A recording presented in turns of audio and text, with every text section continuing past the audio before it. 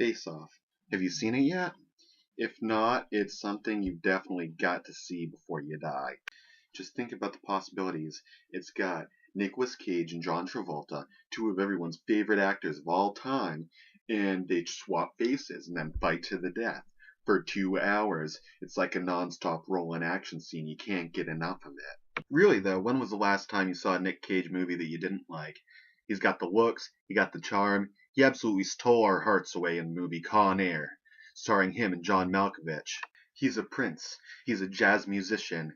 He's one of those people where when you go in the VHS store, you usually look on the back to read the back and see whether or not you want to get it. But then you see Nick Cage's face and you say, I don't even need to read it. I don't even care how much it costs. Just sell it to me right now because I need Nick Cage in my life. You got John Travolta, the original cool guy, Danny Zuko, hey, from Greece. He's fucking awesome. But now he's a loose cannon aged cop who's trying to protect his family against an international narco terrorist that ended up killing his son in the beginning of the movie. So, it's you don't know what's gonna happen. It's absolutely dangerous. It's thrilling, it's death defying. It's everything we could possibly want from an action movie and more. Essentially John Travolta is, trying to track down Nick Cage and trying to catch him because he's the bad guy. And he does. But once he does, he finds out that there's a bomb that needs to be disarmed somewhere in the city. And what's he supposed to do? Because obviously Nick Cage is going to say what's going to happen with it.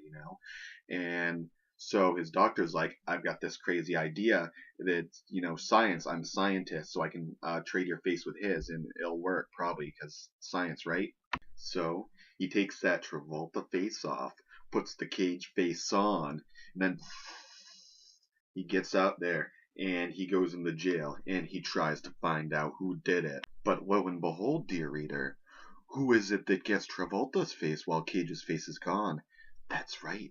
Nicolas Cage wakes up from his coma after being shot back by a jet engine into a wall, and he gets the Travolta face.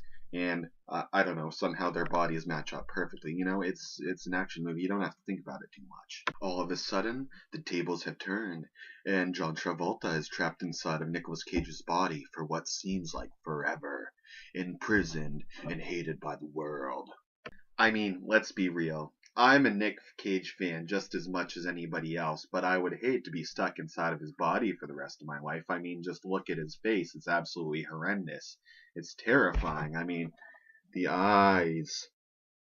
The fucking eyes. That's what I'm talking about, G. To top it off, Nicolas Cage finally gets to be Mr. Cool Guy John Travolta, the hero of the movie, getting parties thrown for him.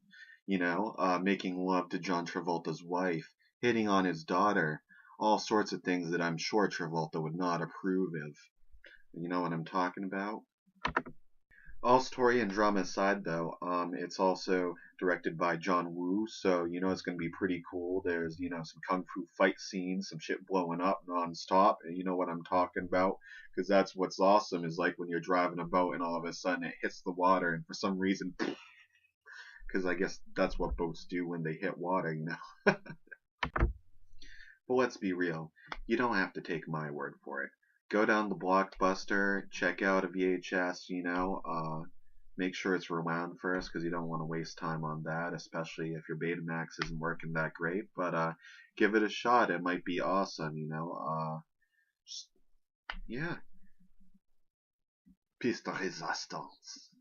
And finally, if you liked this review and wanted to see more, don't forget to like this video and subscribe to my page so you can get all the new reviews that I'll be doing each week in and out non-stop.